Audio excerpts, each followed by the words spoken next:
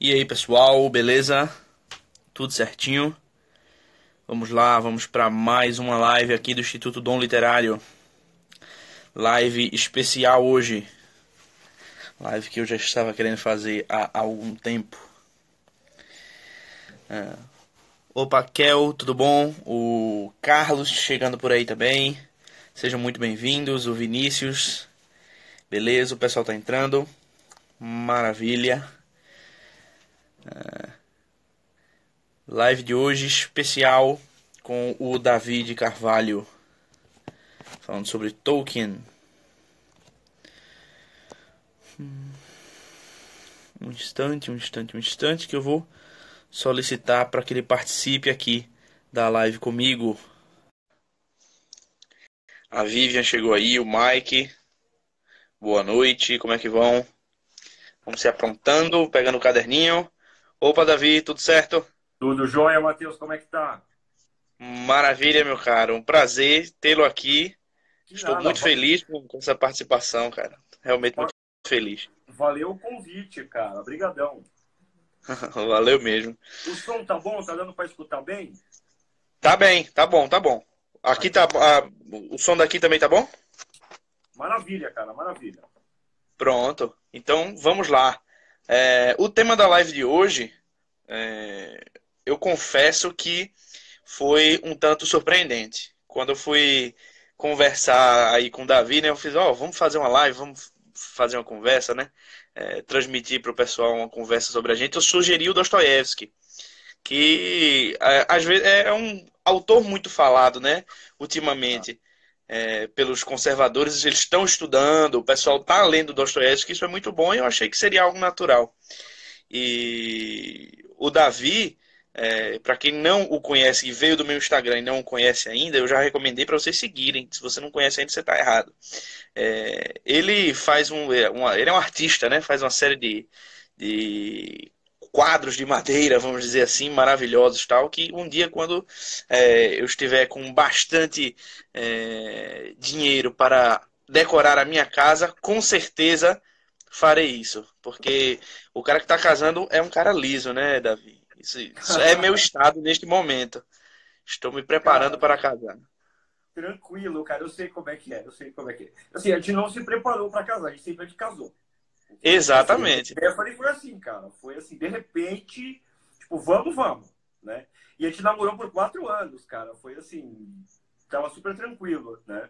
Aí, de repente, ela ficou grávida, né? Com meu filho mais velho. Eu falei, ah, então é agora, é agora. Minha mãe, assim, soltou o rojão. Ela falou, não aguentava mais vocês dois, tudo, um aqui, outro lá, e assim, isso não dá certo, não. Ela falou, ainda bem, foi Deus que mandou. É. E aí, estamos aí, É. cara. 15 anos depois, estamos nós aqui. É. Olha, tá vendo? Então daqui a 15 anos espero estar nesse mesmo estado, né? Casado e feliz. Por enquanto, bastante estresse e bastante dívidas acumuladas. Não, brincadeiras à parte. E aí, para quem não conhece o trabalho do Davi, ele faz esses quadros, ele faz aquelas armas maravilhosas e tal, também que eu vi até a Ana Campagnolo compartilhando hoje.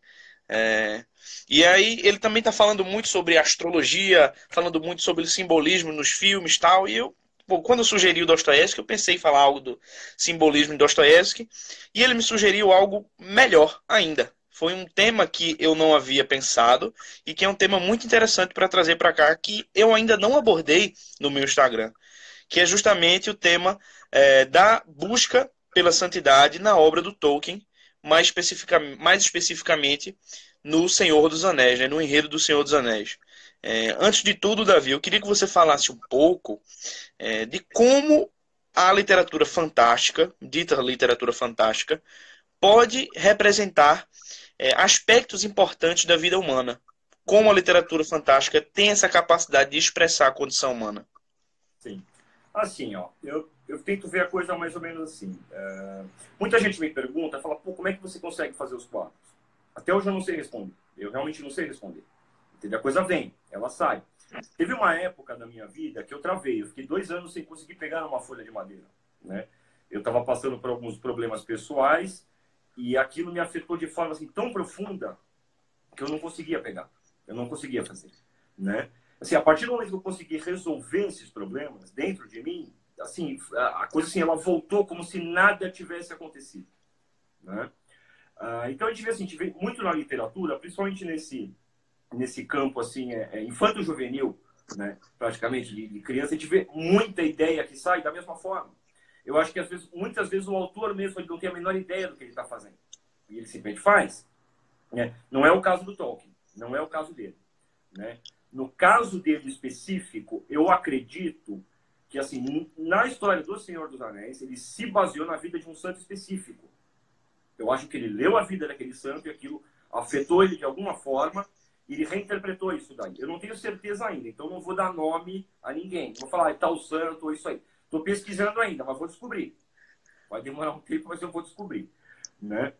No caso dele específico, quando ele fez todo o Senhor dos Anéis, ele deixou claro que não era uma alegoria de nenhum tipo. Tá? No entanto, uma analogia, ele não falou nada. Você entendeu? Que ele pegou alguma coisa ali e falou, eu acho que...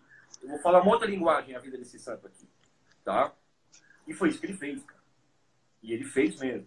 Né? Assim, eu vou me ater aqui na conversa mais ao filme, tá, do que ao livro. Porque no livro é muito rico, ele tem muitos detalhes. Sim. E no filme os caras, assim... o Peter Jackson só não conseguiu destruir completamente aquela história, porque a história é muito boa. Né? Ele tentou, mas ele não conseguiu. Tá? Ele fez esforço danado, cara. Ele fez esforço. Né? Então, eu acho que ele fez mais esforço ainda com o Hobbit, né? Mas ali eu acho que ele conseguiu. Eu acho que nesse caso ele conseguiu, ele se superou. Se superou. Se superou. Nem se ele quisesse. Eu acho que assim, a questão assim, Hollywood ela já teve uma certa riqueza simbólica lá dentro. Você teve alguns diretores ali que tinham algum conhecimento simbólico, né? Conhecimento religioso, os caras tinham alguma coisa que elas tinham. Mas o Peter Jackson não, ele é aquele cara que você olha pra ele e você fala, mas esse cara se fantasia de Harry Potter. Né? Esse cara brinca com varinha, com capinha, ele é esse tipo. Tá na cara dele isso daí, né? Então você fala, não, ele não tem conhecimento simbólico, nem nada disso, né? Provavelmente ele nem percebeu esse aspecto da história, né? Mas que, na minha opinião, assim, na forma que eu vejo a coisa, tudo começou assim, ó, a Stephanie, ela vê esse filme direto, eu adoro o filme, Senhor dos Anéis. Então ela assiste o filme aí com as crianças e tal, não sei o quê. E aí um belo dia ela estava assistindo, eu falei, pô, você sabe que isso é a história de uma alma, né? Ela, como assim? Eu falei, toda essa Terra-média, tudo isso daí, tudo isso é uma alma, tá? E esses 9 companheiros, eles representam, assim, 9 aspectos de uma alma humana, 9 principais aspectos de uma alma humana, tá? E é o seguinte, tem um aspecto específico, tá bom? Que é o único que pode destruir o mal que tem dentro dessa alma. Né? Ela, pô, como? Né? Eu falei, tal personagem representa isso, tal outro personagem representa aquilo, e fui explicando pra ela. Ela falou, pô, isso aí dava um negócio legal, dava um material bem legal, né? Eu falei, mas isso falei, tá fácil, mas tá evidente aí, né? E ela falou, bom, é evidente pra você, mas não tá sendo evidente pra mim. Aí eu comecei a explicar, detalhar um pouco mais, e a coisa, assim, tomou uma forma mais sólida mesmo, né? Então, assim, de modo geral, vamos dizer assim, a influência da literatura que ela tem na interpretação dos símbolos, ela é tremenda, cara, por causa disso. Né? Um tanto, eu falei, eu acho que o Tolkien sabia o que ele estava fazendo, entendeu? Mas tem muitos outros autores que não têm a menor ideia do que fazem. Né? Em música a gente vê isso daí, em filme, em desenho animado a gente vê isso daí. Às vezes os caras não sabem o que estão fazendo, fazem uma coisa boa. Né? Um tempo atrás, aí, eu até citei, acho que num vídeo, aí, que meu pai fez um trabalho, acho que em 78, ele fez um trabalho sobre o Star Wars, sobre a trilogia Star Wars, que na época nem era trilogia ainda. Né? E ele interpreta vários símbolos no filme lá. Né? Eu acho que é uma matéria do Estadão ou da Folha de São Paulo, cara. Não li ainda essa, agora eu fiquei muito curioso. Acho que ele tem esse recorte de jornal até hoje, cara. Né? E meu pai é muito certinho, assim, nos documentos dele, nas matérias, ele guarda tudo certinho, né? Então eu acho que ele tem esse material até hoje, né? Que ele explica um tanto, ele chegou a dar aula sobre isso daí.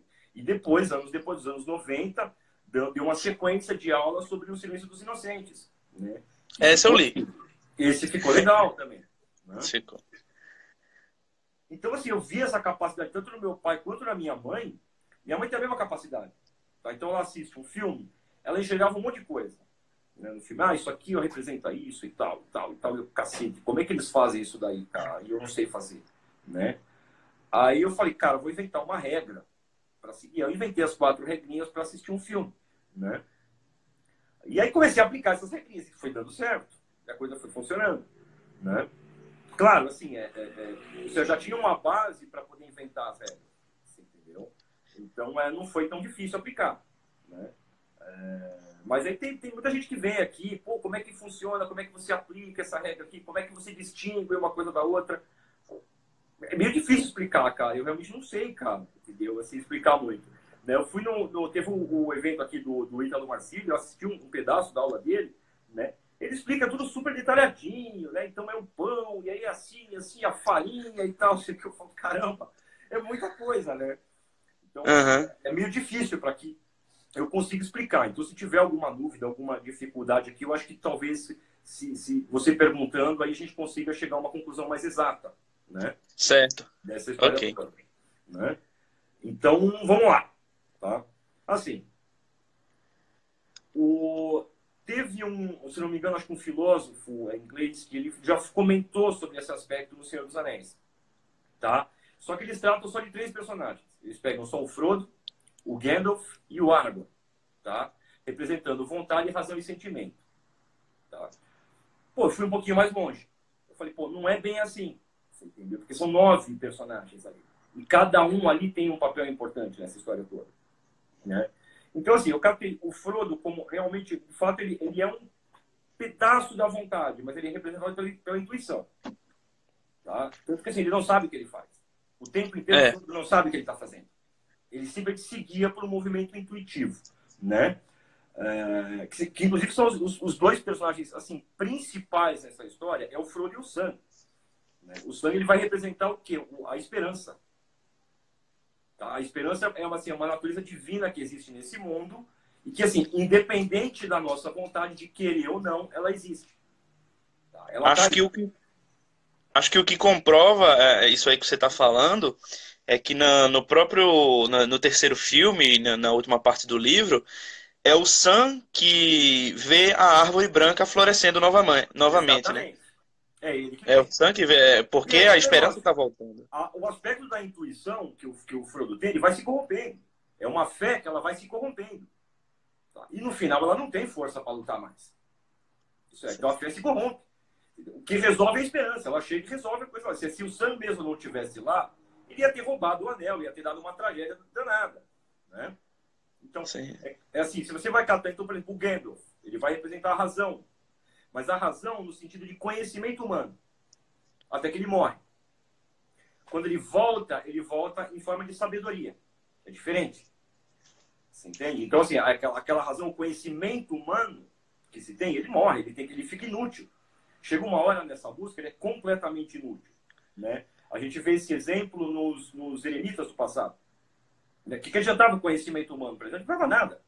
Eles não tinham aplicação para aquilo, né? Então, assim, ele não tinha serventia. É um negócio que ele tem que morrer. Logo no começo dessa jornada, ele tem que morrer. Tá? Que o Aragorn, ele representa um aspecto da vontade, sim. Ele representa um aspecto da vontade que é mais relacionado a esse mundo mesmo, né? O Legolas representa também um aspecto da razão, tá? Mas é um lado da razão que é, assim, uma certeza, tá? É uma razão assim que ela se sujeita, ela sabe que é a vontade que tem que mandar, ela sabe que ela não pode mandar, apesar dela ser mais perfeita. Ela fala, não, a gente tem que se sujeitar à vontade, né? O Gimli é um aspecto do sentimento, né? A impulsividade do sentimento, né? Não é uma coisa ruim, né? Nenhum dos 9 ali é ruim, né? Você tem o Boromir, que ele vai representar as paixões. Eles são os sentimentos, são as paixões. Não é que é uma coisa ruim, mas é uma coisa que pode te levar para baixo. Sim. Então, logo no começo da jornada tem que morrer também. Essa aí não pode ficar. Ela não pode. Mas é uma parte que se arrepende. Que pensa, fala, poxa, eu gostaria de fazer o melhor, mas eu não consigo. Né? O ponto ali que dessa jornada toda é que ela acaba se fragmentando. Tá? E na busca espiritual, a gente vê na vida dos santos, isso acontecia também. Né? Um bom tanto da vida deles se fragmentava. né? Eles nunca tinham uma vida completa, né? Eles podiam até receber determinados tipos de recompensa, no entanto, outras coisas eles perdiam por completo, né? Cata na vida de São Francisco de Assis, por exemplo. Isso, a vida terrena dele foi pro saco, cara. Acabou. Não tinha mais vida terrena, né? E até bem perto do final, né, da vida dele, ainda quando perguntavam a ele, pô, o senhor é santo, irmão Francisco? Ele falava não, né? Ele só admitiu a santidade depois que ele recebeu as chagas. Aí quando ele recebeu, aí fala, não, agora eu sou santo, né? Porque houve essa resposta da parte de Deus. A gente vê que o Tolkien, por exemplo, ele pega a história do Senhor dos Anéis até esse ponto, tá? Que é o finalzinho, quando o Frodo e o Gandalf têm que ir embora. Isso é, esses dois aspectos da vida, tá bom? Eles não, depois que eles se tornam perfeitos, eles não fazem mais parte desse mundo. Então eles têm que ir embora. Então foi o máximo que ele pôde entender e interpretar. Isso é, não teria como Tolkien, por exemplo, explicar o que era o São Francisco, por exemplo, depois das chagas. Não tem como. A gente pode explicar até ele ganhar. Depois, não tem como explicar mais. Não há explicação. Certo? Né? Mesmo porque existe um momentinho só. Peraí. Campainha. Sem problema. Então, assim, tem um limite que ele pode falar. Tá? Então, ele só pode falar o tanto que era possível de entender. Né? No caso, a gente vê que no caso do Silmarillion, né, ele tentou explicar mais. Mas como não foi ele que montou o Silmarillion, ele morreu antes de montar, foi o filho que montou, ficou uma coisa meio confusa, meio difícil de você entender o negócio. É muito nome, é fulaninho que criou ciclaninho e tal. É um rolo. Então é difícil. Né? É mais fácil entender a Bíblia. É mais fácil entender a Bíblia, com certeza. Né? E no Silmarillion, né, esse aqui é o negócio. Ele pega um tanto ali, de fato, do Gênesis, mas é só um pouquinho. Né? O resto, cara, é um negócio que sei lá de onde ele tirou, entendeu? Ele deve ter estudado uma cacetada de coisa para fazer aquilo. Né? E no Senhor dos Anéis também. Né? A questão é o seguinte, ele deixou uma linguagem mais simples, isso daí. A gente vê assim, que muitas vezes nas comemorações dele, como ele exaltava os hobbits com um certo tom de risada, né? Então ele falava, nós, os hobbits, ele ficava feliz de ser hobbit. Então por que ele deu uma importância a algo tão medíocre na Terra-média? Porque eles são criaturinhas medíocres, né? Sim. Que aparentemente não tem importância, né? Pô, por aí a gente vê e fala, pô, como é que é a Bíblia, cara? A Bíblia é assim. Deus o tempo inteiro ele cata aquilo que é menor, aquilo que é ridículo, aquilo que não tem a menor possibilidade de ganhar e faz aquilo ser vitorioso. Sim. O tempo inteiro Deus faz isso. Cata a história de rei Davi, você vai catar a história de Josué, né? Vai catar a história de Moisés, cara. Quem é que imaginasse, entendeu? Então, o tempo inteiro ele faz isso. Né? E porque, porra, no Senhor dos Anéis ele faz a mesma coisa. Né? E quem é que ia esperar que aquela criaturinha que ia decidir? Porque, na verdade, na nossa alma mesmo, ou seja, a nossa intuição e a nossa esperança são pontos que a gente não dá atenção. Eles são praticamente invisíveis. Né? Às vezes eles aparecem. Né? Mas não são pontos que a gente confia. A gente confia na nossa razão, a gente confia no nosso treino, no nosso condicionamento afetivo, né? A gente confia no nosso conhecimento, a gente confia nas outras áreas. Que quem vai resolver o problema, no final das contas, tá? É quem? É a intuição e a esperança. Né? E esse ponto da esperança, que é uma coisa muito importante, tá? E aí a Stephanie até perguntou, ela falou, pô, mas e quem é mal? Quem é mal tem esperança? Eu falei, não, quem é mal não tem esperança, ele tem plano. O mal calcula, sim. O mal faz plano. O mal não tem esperança. Ele não espera ganhar, não, ele faz um plano para ganhar. O mal, no caso, ele seria só a razão, né? Pois é. Ele só é o plano, ele só é a exatidão, é o psicopata que ele só tem a matemática. Exatamente. Por isso que, nesse aspecto, por melhores intenções que ela tenha, essa razão tem que morrer. Ela tem que morrer. E ela vai se tornar algo além. Ela vai se tornar uma sabedoria, algo que está além do normal, que a gente não pode compreender. Tanto que quando o Gandalf volta, ele não lembra direito quem ele é. Sim. Que aí começam a chamar, não é Gandalf e tal, não sei o que. Ele falou, é verdade, era assim que me chamavam mesmo. Né? Então, ela perde o vínculo que ela tem com esse mundo. né? E ela tem que lembrar e falar, realmente era essa coisa pequenininha mesmo. Agora não é, agora transcendeu. Você entende? E assim, e mesmo depois que esse aspecto transcende, ele sabe, não, peraí, eu tenho uma função aqui, você entendeu? Como intérprete da vontade divina. Né? Tanto que ele fala, tá me acabando o tempo. Né? Eu tive 300 vidas humanas e agora eu não tenho tempo para resolver isso aqui. Né? E eu tenho que fazer. Sem plano, sem nada. Não, a gente tem que fazer. Né? Então, cada um deles, até o Merry, o Pippin, cada um deles. Então, o Pippin ele vai ser um aspecto de inocência, né? Na nossa alma. Que erra por inocência. Mas tem a sua serventia. Ele vai ajudar nessa busca toda. Né? E quando junta o triozinho, quando fragmenta a sociedade, tá? E aí junta o triozinho, fica o triozinho do Aragorn, o Legolas e o Gimli. Ficam esses três. Sim. Então, esses três aspectos, sentimento, vontade e razão, eles vão cuidar desse mundo mesmo. E não adianta, a vontade ela é soberana, ela é o rei desse mundo. É ela que vai mandar nesse mundo. Você entende? Por mais força que ela tem, ela sabe que ela não pode ganhar contra este inimigo que eles estão combatendo. Ela não tem a menor chance contra esse inimigo. Pode ter espada élfica, pode ter coroa de rei, pode ser o que for. Entendeu? Não vai adiantar. Então ela sabe. Então, Davi, Oi. tenho duas perguntas que acho que podem esclarecer ainda mais essa análise.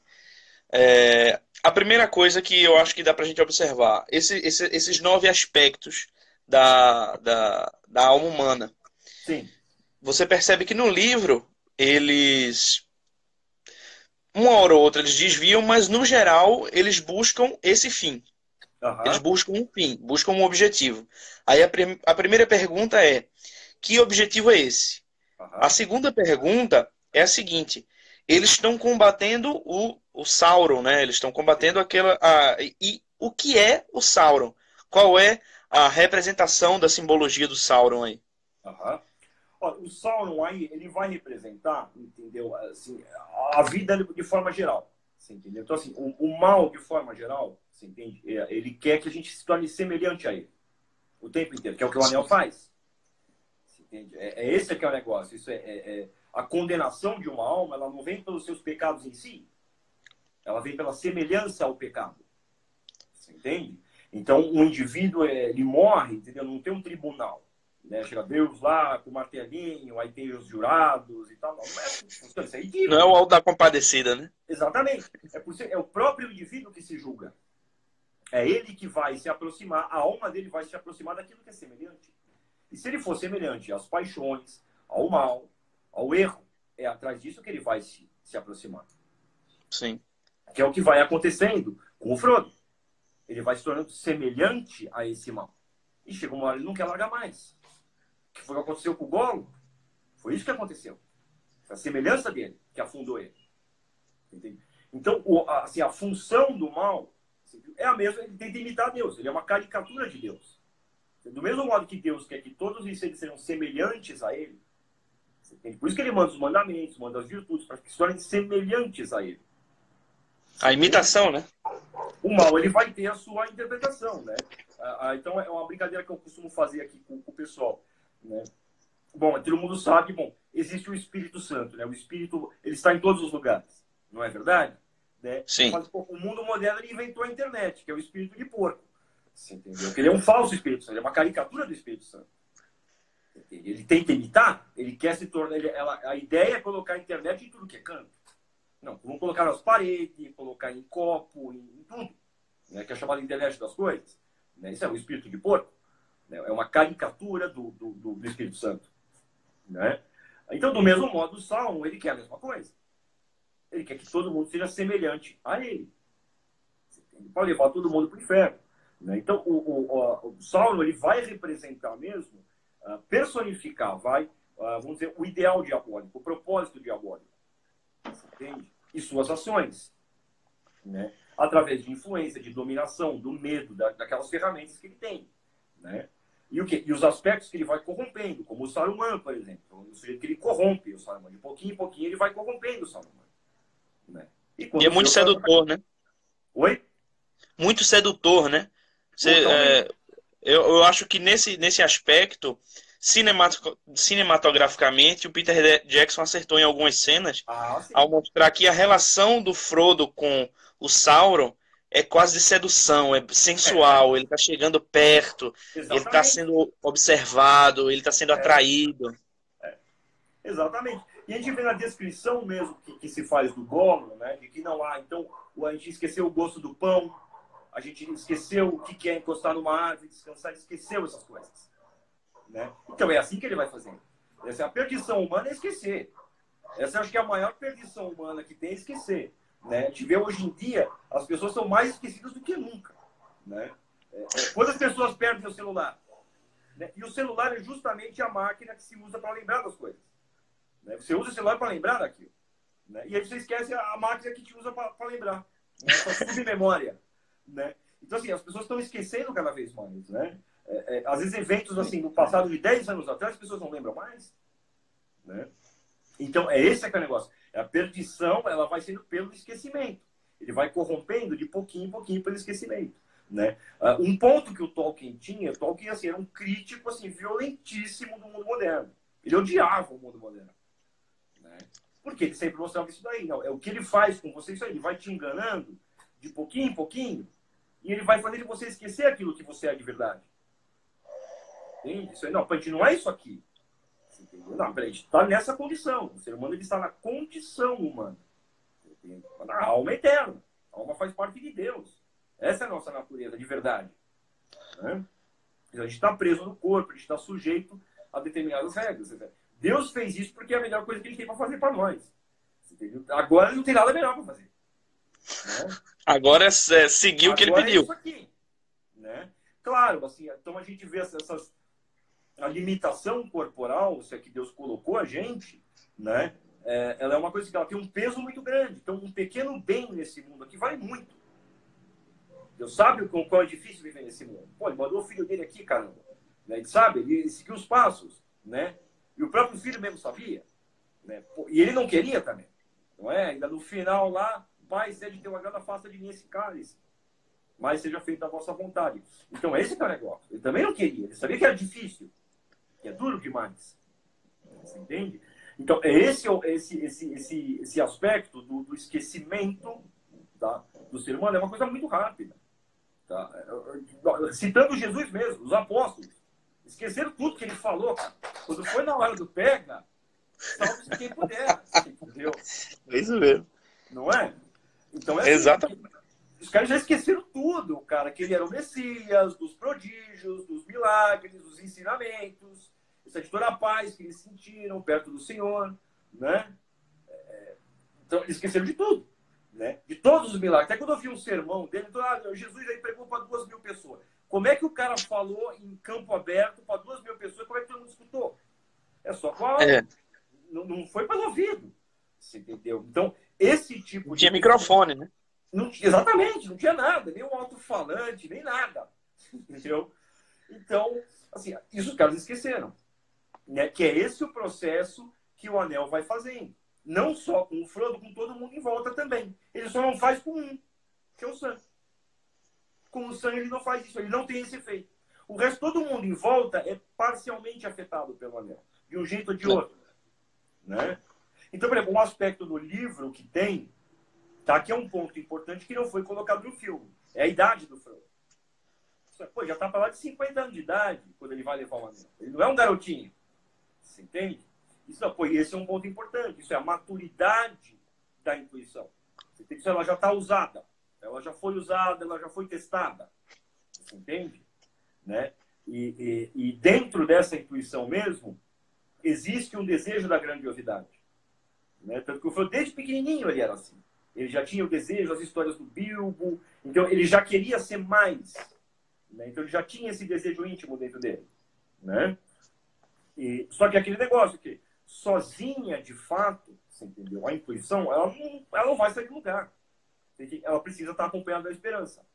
Se ela não tiver esse vínculo com a esperança, tá? A esperança, vamos dizer o seguinte, ela é como se fosse um fio, tá? Como se fosse uma linha. Que Deus desceu do paraíso até aqui e ele não rompe essa linha. Ele falou, essa daqui eu deixo, essa é livre para vocês usar. Tá? Essa aqui só vai ajudar vocês. Você entendeu? Então, ele necessita disso. A intuição, realmente, ela precisa disso.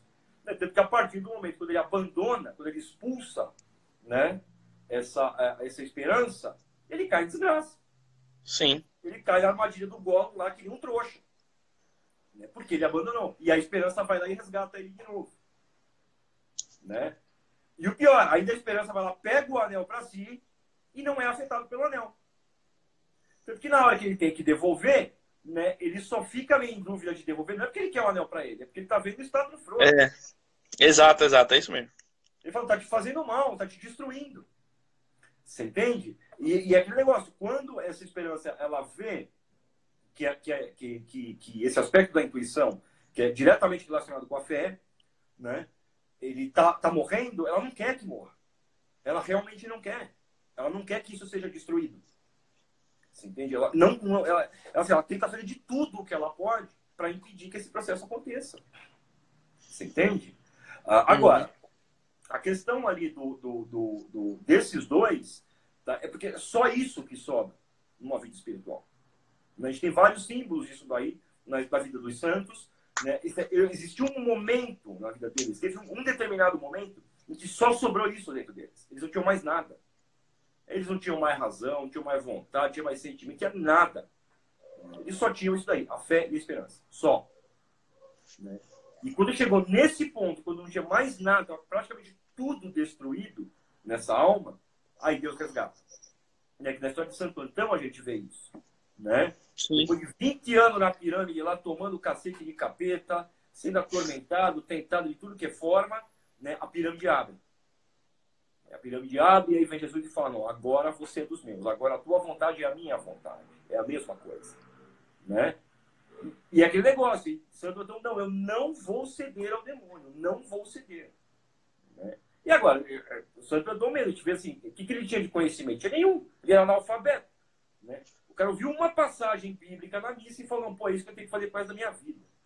Né?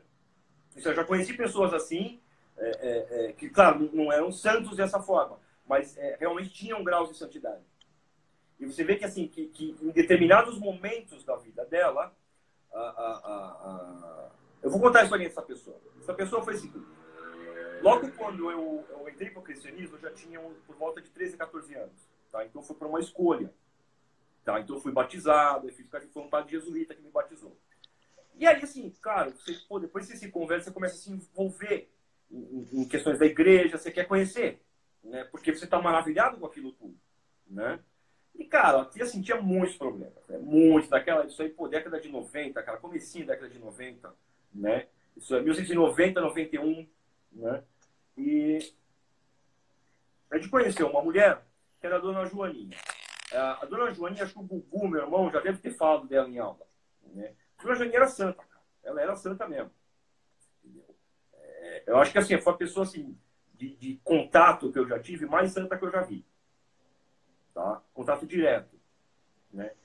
Ela era o seguinte, ela já era bem idosa e a história dela foi uma história curiosa.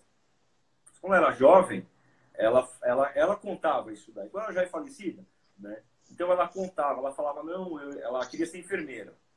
E ela trabalhava no Hospital das Clínicas, em São Paulo. Né? E ela falou, não, eu era muito bonitinha, eu era muito religiosa e eu queria me casar, fazer uma família. Né? Ela tinha, acho que, 20 anos de idade, uma coisa assim, né? E ela falava das pernas. Ela falou, eu tinha umas pernas lindas, porque na época a moda era perna bonita, né? E ela falou, tinha as pernas lindas, né? E aí o seguinte, um dia saiu ela e mais duas amigas de dentro do Hospital das Clínicas, andaram ali, coisa assim, de uns 50 metros, né? Na rua mais próxima ali, que eu esqueci o nome da rua. E, de repente, apareceu um carro, do nada, bateu com ela e esmagou ela na parede, da cintura para baixo. Moeu as pernas dela. Como ela estava do lado do hospital, teve atendimento na hora. Então ela sobreviveu. Né?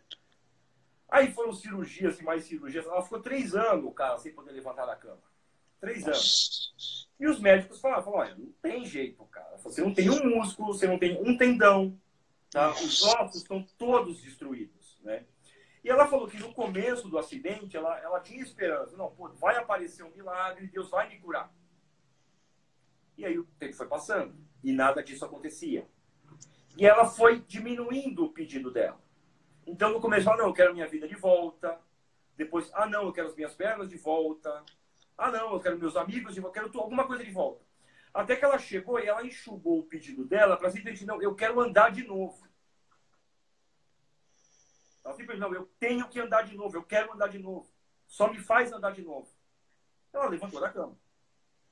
Ela simplesmente levantou da cama, né? Os médicos falaram, não, é impossível, porque você não tem tendão nas pernas. São todos muito, não tem como funcionar. Tanto que ela mexia as pernas, né? Ela tinha as pernas toda retalhada, cara. Ela tinha uma vergonha assim, mas ela mostrava os pedaços da perna assim. Ela mexia a perna, só que não levantava tendão. A musculatura era uma geleia, era uma gelatina, cara. Você entendeu? Era como se ela não tivesse nada na perna dela. As pernas funcionavam por milagre o tempo inteiro. Materialmente impossível, mas mesmo assim acontecendo. Tava lá, cara. A mulher era um milagre vivo. Você entende? E aí ela saiu andando, saiu do quarto e foi até a entrada do hospital. Quando ela chegou na entrada do hospital, ela viu que tinha um mendigo na rua. Né? Meio caído no chão, assim, meio bêbado, estava meio caído, de mau jeito. E ela foi e ajudou ele a sentar. Quando ela ajudou o mendigo a sentar, ela falou, poxa vida, é isso que eu tenho que fazer com essa minha vida. Eu tenho que ajudar essas pessoas. Né? E aí ela contava, ela falou, pô, aí só que eu me dei conta na rua que eu tava com aquelas camisolas com a bunda pra fora. Ela, ficou morrendo de vergonha e tal, isso aqui. Mas foi isso que ela fez pro resto da vida dela, cara. E ela fazia, cara. Fazia mesmo. Você entende? Então você vê, a pessoa, ela enxugou as necessidades dela para uma coisa básica. Não, é isso que eu preciso andar de novo. Porque ela tinha muitas dores na perna. Ela falou, a dor é o tempo inteiro. A dor nunca passa. Né? Entende? Então, foi mais ou menos esse fenômeno que a gente vê no Senhor dos Anéis. Né? Isso tudo acaba. Tudo é destruído. Não há salvação. Né? Quando só fica aquele fiozinho de coisa. Quando chega no fiozinho, o próprio mal destrói a si mesmo. Isso é a própria ganância do mal destrói a si mesmo. Você entende? Isso nem Deus precisa operar diretamente.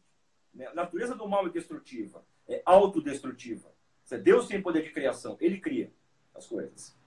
Você entende? Então, assim, isso é uma coisa muito clara no Senhor dos Anéis. E eu acredito que foi uma percepção muito, muito profunda isso na vida do Tolkien. Você entende? Eu acho que isso realmente foi muito, muito profundo nele. Né? Isso pegou ele de uma certa maneira que ele percebeu isso daí e falou, peraí, deixa eu botar isso aqui numa linguagem que talvez divirta as pessoas. Você entende? Em forma assim, meio de mistério. Você entende? Não, vai formar um mistério. A pessoa tem que desvendar isso aqui. O cara criou todo mundo. Tá, a gente não vai negar também todo o trabalho, entendeu? Que o cara teve para fazer aquilo. Assim, o grau Foram de 10 anos, né? Como? Foram 10 anos, né? Só para escrever O Senhor dos Anéis. Você entende? Toda a imaginação e a inspiração que o cara teve para fazer aquilo. Você entende? Que Deus inspirou o cara, é evidente que Deus inspirou o cara. Não há sombra de dúvida disso. Né? Então, assim, eu acho assim, uma obra muito completa nesse sentido. Você entende? Às vezes a pessoa tem uma certa dificuldade de entender a vida de um santo. Pô, saiba que o Senhor dos Anéis, ele se trata da mesma coisa. É exatamente a mesma coisa. Você entende? Cada uma dessas pessoinhas vão ter uma função dentro de você. Né? Eles são aspectos da sua própria alma. Você entende? E não tem jeito, cara. Isso é assim, todo mundo tem. Às vezes não. Né? Às vezes a pessoa nunca sai. Aquela terra ela sempre fica daquele jeito e nunca se percebe o mal que está sendo criado lá dentro. Você entende? Então você tem que permitir que a intuição perceba isso daí. Tanto que é assim que ele percebe. Ele vê aquela destruição sendo plantada. Ele fala, não, então eu cuido, eu levo o anel. Até lá, mas eu não sei como chegar. Eu levo. Então a intuição, que é a fé. Não, eu tenho fé de que vai dar certo. Eu não sei como fazer, não sei o que eu preciso, mas eu tenho que fazer. Né? E essa consciência mesmo da intuição e da fé, ela vai crescendo. Tanto que chega um momento ele fala, não, eu tenho que ir sozinho. É que aí o outro, o Sam, vai lá atrás dele. A esperança vai junto. Né? Porque é um aspecto que o Frodo mesmo não entende, o porquê que o Sam tem que ir junto. Mas ele tem que ir. O Sam entende isso muito mais claro do que o próprio Frodo. né? A necessidade da participação dele nessa história toda. Né? E o engraçado, na verdade, o curioso é que todos esses aspectos, talvez eles sejam unidos pelo dever, né? Aham. O Sam tem o seu dever, o Frodo tem o seu Sim, dever, o Gandalf tem o seu dever. exatamente. Então, representa talvez de certa forma que a santidade também seja um dever, né? Ou É um seja, a dever. busca dela, né? É um dever. Nossa, falou tudo. É isso mesmo. Assim, todo mundo, todo ser humano, ele nasceu para ser santo. Só quem não é santo não entra no paraíso. Simples assim. Só, o paraíso é para os santos. Você entende? Assim, a gente não está nesse grau, mas a gente tem que morrer tentando. Você entende? A gente tem que morrer. Nosso, assim, o mínimo que a gente deve fazer é morrer tentando. Tá, é claro que num período de hoje em dia, é um período assim, muito contrário a qualquer tipo de busca virtuosa. Ele é muito contrário. Né? A É, gente vê que assim, a humanidade sistematicamente ela foi dificultando a vida das pessoas. Né? Ela foi dificultando a prática da virtude. Hoje em dia, no caso do Brasil, é difícil até ganhar dinheiro. Até isso é difícil. Você prosperar materialmente é difícil também. Não é fácil. Né? Até a vida do operário também é difícil no Brasil. Se nem o cara trabalhar mesmo, ele pode. Né? Ele precisa de uma série de... Então, está tudo muito difícil. Né?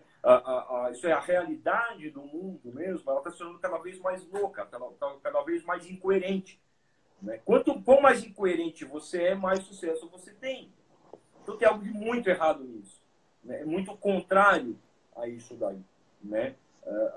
Claro que a gente vê indícios e até avisos, né, de santos ou revelações que apareceram no decorrer da história, avisando deste período que a gente vive. Né? Porque é um período final mesmo.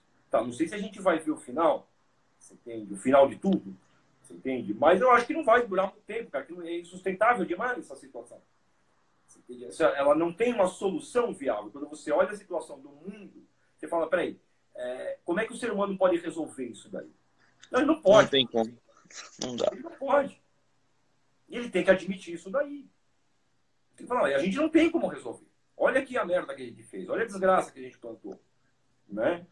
E é sempre incoerente. Né? Então, por exemplo, meu filho, ele gostava de ver um desenho animado, meu mais velho. Ele gostava de ver um desenho animado que era o seguinte: era uma família, tá? Que eles protegiam os oceanos, protegem os oceanos. Então, eles têm um puta do submarino high-tech, né? Umas roupas tudo super futurista, tipo, cara, altíssima tecnologia, negócio assim de Star Trek, né? E eles Sim, sim. criam e salvam as tartaruguinhas no oceano, esse tipo de coisa, né? E ele estava assistindo e eu parei assim para ver, aí eu falei, cara, isso é uma besteira, não sei o quê. Ele falou, mas pai, eles estão ajudando, pai, eles estão protegendo a natureza. Eu falei, filho, eles estão protegendo a natureza com o quê? E com a tecnologia que eles têm. Eu falei, pô, mas não é dito que a porcaria da tecnologia que destrói a natureza, cara? É. E no desenho, naquele capítulo específico, eles estavam lá tentando acabar com uma mineradora no fundo do mar que extraía metais raros no fundo do oceano. Né? E eles estavam destruindo os corais. Né? Não, vocês não podem destruir os corais e tal. E aí eles vão lá e tentam impedir. Só que a questão é o seguinte, a alta tecnologia ela é feita com esses metais raros. Você precisa desses metais raros para fazer a porcaria do submarino. Então é essa incoerência que tem. Né? As pessoas elas aceitam isso com uma facilidade, cara, mas sem nem pensar duas vezes. Né? Elas acham que não. Que não, peraí, isso aqui é um milagre tecnológico. Não, não é. Você entende? Para fazer isso aqui, você tem que destruir aquilo lá. Não tem jeito. Agora já está aqui. Agora tem que usar da melhor maneira possível. Não tem jeito. Né? A gente está amarrado a uma vida assim. Né? E não tem. Obrigado. Não tem como voltar atrás. Isso. Agora a gente tem que ir até o fim. Agora tem que lutar nessa briga até o fim. Né? Então, assim, é muito difícil hoje em dia o cara virar e falar assim: ah, não, peraí, vou buscar santidade. Tá, primeiro, você não tem referência. Tá? Quantos santos você conhece que é santo mesmo? Você entendeu? Foi o que eu falei. A dona Joaninha foi a pessoa mais santa que eu já conheci. Você entendeu? Mas ela era santa do tipo, pô, vamos ressuscitar o morto? Não era desse tipo. É esse tipo de santo que precisa hoje. Mais do que nunca. Mais... E Davi, eu acho que o importante também da gente estar falando isso sobre o Senhor dos Anéis é que não tendo essa referência presencial, porque é muito difícil, eu acho que você inclusive deu uma sorte divina de encontrar uma pessoa assim, Pois é. porque às vezes a pessoa passa a vida inteira e não conhece Não algo que conhece. chegue perto, algo que Não chegue conhece. perto disso. Então eu acho que a literatura é um meio imaginativo É um de meio. absorver essas imagens. É a única ferramenta que sobrou. Foi a única coisa. Né? Porque a questão é o seguinte, quando a gente vê esse aspecto assim, tipo, sei lá, a gente fala de um santo mesmo, de verdade. Vamos supor, tá? Um santo, do grau de um São Francisco de Assis. Tá? Isso é tudo aquilo que a presença dele mesmo passa. Tá? Se você vai tentar calcular, imaginar na tua mente, você já vai reduzir muito aquela presença. Tá? Se É. você vai falar, você já reduz mais ainda aquilo que você pensou. Se você escreve, cara, você reduz muito a coisa. E foi só isso que sobrou para nós. Foi só isso. Né? É claro, assim, existem uma série de fenômenos que acontecem por aí. Porra, cara, acontece. Né? Essa mulher mesmo era no centro de São Paulo, cara. Tá? Ela vivia na Bela Vista, cara. Eu vivia na Bela Vista também. Era lá. Né? Tinha um outro camarada lá também, que era um português. E ele, quando ele veio de Portugal, ele trouxe 3 imagens da Virgem Maria. Foi tudo que ele conseguiu trazer. Era a roupa do corpo e as 3 imagens. Foi tudo que ele trouxe. Uma das imagens que ele tinha mais ou menos uns 90 centímetros de altura. Tá? Era uma Nossa Senhora das Graças. Acontecia um fenômeno quando tinha muita gente rezando o terço em volta da imagem. Sério, isso eu não estou brincando, isso eu testemunhei. Tá? O olho da imagem, cara, virava um olho de carne, tá? E começava a chorar sangue. Isso no centro de São Paulo, velho. Você entende? Nossa, não estou brincando. Isso acontecia mesmo. E aquele era um olho azul escuro, era um azul muito forte, né? E chorava sangue. E o olho começava a medir as pessoas, ela começava a olhar. Você entendeu? Aí era nego que se curava de doença, era cara que estava na cadeira de roda e levantava. Era assim, no centro de São Paulo. Agora, na parte assim, isso entre os fiéis é que rolava. Tá? Agora, eu conheci igreja que esse cara levou a imagem dele lá para rezar, entendeu? E o pároco botava para fora. Falava, não, eu não quero esse tipo de coisa aqui. Não quero. Aqui não. Você entendeu? Então, assim, você tem uma deficiência, uma desconfiança que você gera do clero. E é razoável que você gere essa desconfiança. Né? É claro que, assim, a história do clero da igreja, raras as exceções, né? Ela geralmente condenava os seus próprios santos. Eles perseguiam e condenavam os próprios santos. E é por isso que estão no estado que estão hoje em dia. Estão no estado ruim. Tá, eu sou católico. Eu sou católico. E eu, cara, eu olho para a igreja com tristeza. Eu olho com tristeza mesmo. Porque eu falo, poxa vida, tinha tudo na mão. Cara, Deus deu tudo, cara. Para fazer tudo de bom. E não adianta, os caras escolheram um poder temporal. Muitas das vezes. Tem padres bons? Eu acho que tem. Né? Pô, tive o prazer de receber aqui em casa o padre Jorge Miguel, né? Que é do Paraguai. Né? Cara, excelente pessoa, cara. Assim, falei, caramba, fui para o Paraguai em julho, assisti uma missa lá na igreja dele. Cara, que maravilha, cara.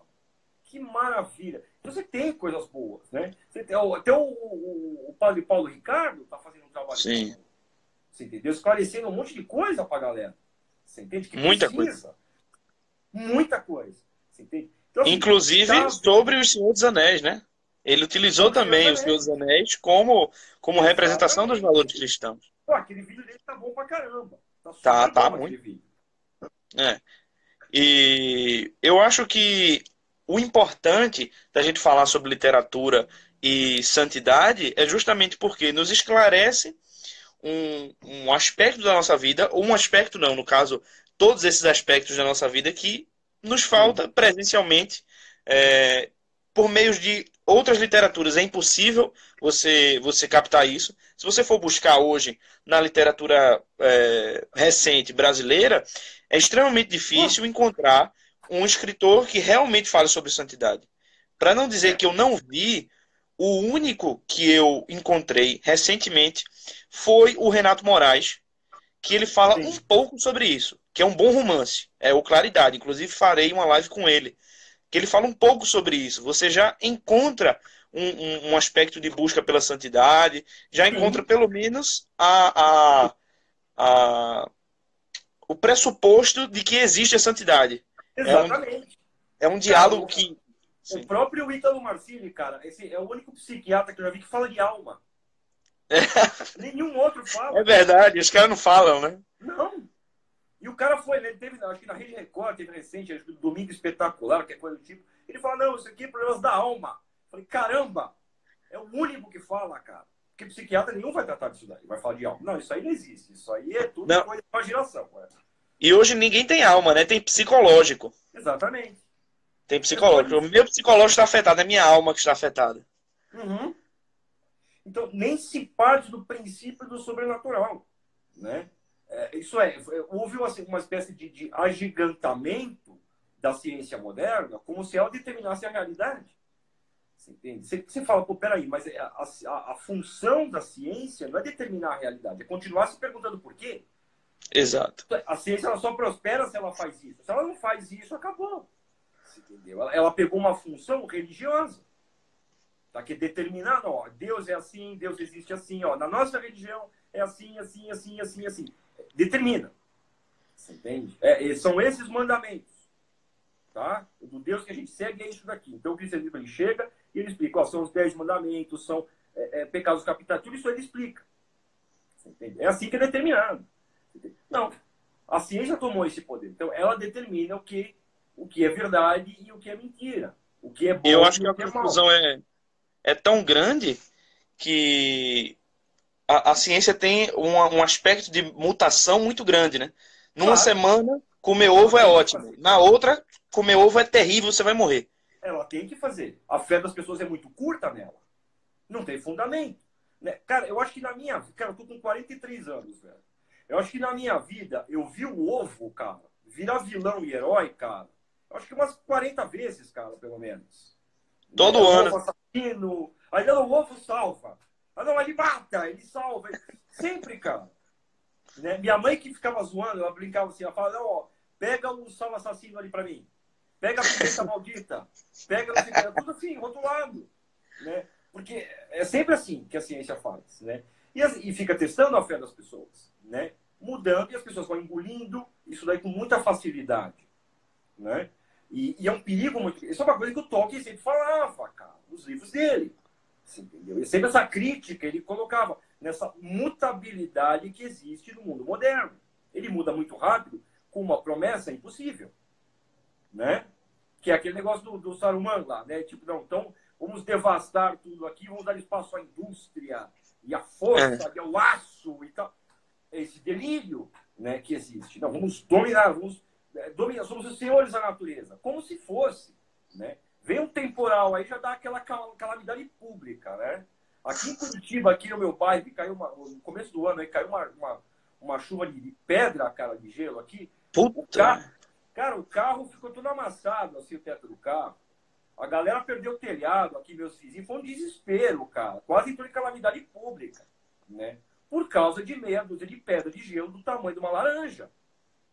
Que é uns pedrão enorme mesmo. Então, Puta. então a gente não domina a natureza. A gente não é senhor disso aqui. A gente não é senhor de nada disso aqui. A gente é servo.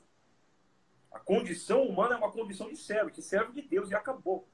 Entendeu? E não há nada que a gente possa fazer da nossa vida que vá deixar Deus em débito com a gente. Não tem. A gente sempre está devendo para ele. Sempre vai estar. O Né? que me esclareceu essa questão do débito foi justamente o livro do seu irmão, o livro do Gugu, Uhum. o Pai Nosso, Do Pai onde ele fala Nosso. que a frase original é sobre dívida e não sobre Isso. ofensa. Exatamente. Não, porque Nós temos... ofensa não é pecado. Você entendeu? Começa por aí. Agora, dívida no sentido da alma, daquilo que a gente deve a Deus, não é dever de dinheiro, não é isso, é absurdo. Você entendeu? Não é isso. Mas aquilo que a gente deve realmente. Que a gente deve fazer, o amor ao próximo, o amor a Deus, é isso que a gente deve. Ah, isso a gente está devendo mesmo. Sempre a gente vai estar devendo. Entende? Cada pessoa que a gente vê, que a gente. Não, depois eu ajudo, depois eu faço. Cada vez a gente está devendo. É, verdade. Então não tem jeito. Então perdoai as nossas dívidas, assim como nós perdoamos os nossos devedores, aqueles aqueles que fizeram contra nós. A gente tem que perdoar eles também. Você entende? Então, ofensa não é pecado. Você chamar um cara de merda, seu bosta, seu cuzão, qualquer coisa do tipo, isso, cara, não é pecado, cara. Ofensa não é pecado. Né? Se eu não me engano, essa tradução de se usar de ofensa, tá? Isso começou no Espiritismo. Tá? Eu acho que, se eu não me engano, tem no Evangelho de Allan Kardec, já faz esse negócio de ofensa. E depois foi adotado pela Igreja Romana também. Né? Uhum. Mas ainda, quando eu era criança, tá? Aí o pessoal rezava a dívida. E assim, eu sou muito mais novo, assim, um pouco mais novo que você, um pouco 20 aninhos, mas eu ainda me lembro que quando eu tinha, sei lá, uns 8, 10 anos, quando foi primeira comunhão, tal, eu ainda me lembro que se ensinava perdoar as nossas dívidas, né? E não Dívida. perdoar as nossas ofensas. Exato. Ofensas, exatamente. Não, ofensa não é, cara. Ofensa você pede desculpa pra pessoa e tá tudo nisso mesmo. Ô, desculpa aí. Dívida você nasce com ela, né? Você nasce com a dívida com sua mãe, com seu pai, com os seus irmãos, com Tem que Deus. ter. A gente tá sempre devendo pra Deus. Deu a vida, ele deu um monte de coisa, cara. Né? E pior, ele nem deu, ele emprestou. Ele falou, olha, eu empresto aqui pra vocês, vê o que vocês vão fazer com isso daí. Né? Que é a parábola dos talentos. Né? Isso é, se o mestre tivesse dado os talentos, ele não poderia cobrar. Depois. Não, ele emprestou. Não. Deixa isso aqui com vocês, vamos ver o que vocês fazem com isso daqui. Ó. Aí um vai lá, ganha, outro vai lá, perde, e o outro não faz nada. Você entende? O que não faz... Cara, eu falei pra você usar, cara. Eu falei pra você usar. E você vai e me enterra. Você entende? Pô, o que é isso? Você entende? Então, esse é aquele negócio. Ele empresta. Né? Tudo pertence a ele. Né? Tem um pessoal que veio aqui, começou aqui, e a gente começou a conversar, e eles se dedicavam muito ao estudo. Né? Liam muita coisa e tal. Eu falei, ó, é legal, é interessante o estudo, tá? Ainda mais que tem uma relação com o seu trabalho. Tá? Que é no seu caso. O seu caso tem uma relação com o seu trabalho. Você trabalha com isso. Então você tem que ler muito mesmo. Você entende? Agora, espera aí. Se não há uma relação direta com isso daí, enxuga aquilo que você está lendo, tenta perceber mais aquilo que você está lendo. Tá? Falei, ó, conhecimento não é discernimento, cara. Pô, mas como assim não é? Falei, conhecimento não dá discernimento para ninguém, velho. Tá? A gente não pode negar o conhecimento moderno que se tem. E o discernimento, cadê? Né? Não existe. Você vai catar o Dr. Mengele, cara. O conhecimento que o cara tinha, o conhecimento de medicina que o cara teve. Se a medicina se beneficia daquilo que ele fez até hoje. Das atrocidades que ele fez. Você entende? O cara tinha um conhecimento no cacete. Agora, discernimento não tinha nenhum. Então, mesmo esse discernimento, ele pertence a Deus. Ele só fica em... Não é uma palavra muito legal, mas, bom, a gente só fica em sintonia com esse discernimento conforme a prática da bondade. O amor ao próximo. Quanto mais amor ao próximo a pessoa tem, mais discernimento ela vai tendo. Ela partilha, ela consegue respirar desse discernimento. Mas ela não é dona dele. Tá? É como se fosse o oxigênio. Tá? Então você respira o oxigênio. Agora, se for para baixo d'água, o oxigênio não vai lá para você. Passou, encher seus pulmões. Não, você vai morrer. Você entendeu? Sim. Então a gente frui dele. A gente pode usar ele, mas ele não é nosso. A gente não é dono dele. Você entende? Eu acho que esse conceito foi essencial para a gente entender exatamente essa busca pela santidade e complementando aquilo que o Tolkien fala, né? Aquilo que o Tolkien expressa. Que a santidade é um dever que, no fundo, essa característica de santidade não pertence a gente. Ela nos é dada, né? A gente tenta fazer um pouquinho por merecer, mas... Né? Exatamente. É isso que acontece. Quando chega no final, é exatamente assim que acontece. Isso é, a nossa fé, a nossa intuição está completamente corrompida, completamente destruída por aquele mal. A gente não tem como ganhar dele. A gente não tem a menor chance contra ele. Não, aí Deus tem que interferir. Não, aqui, ó. Esse canal de esperança, ele vai resolver essa parada aí, ó. Ele vai resolver isso daí e vai acabar com essa festa aí. Exatamente. Nossa fé... Davi, deixa eu só te avisar uma coisa. Diga. A gente falou bem. Nós temos exatos 20 segundos restantes de live. O Instagram acabou de me avisar. Nossa, Já cara. passamos 1 hora. É. Ah, A não cara. ser que você. É. Não, Vamos mas dar faz o nosso. seguinte, eu vou aumentar mais esse material do Senhor dos Anéis e a gente conversa, a gente mantém um contato aí, tá? Tranquilo. Beleza.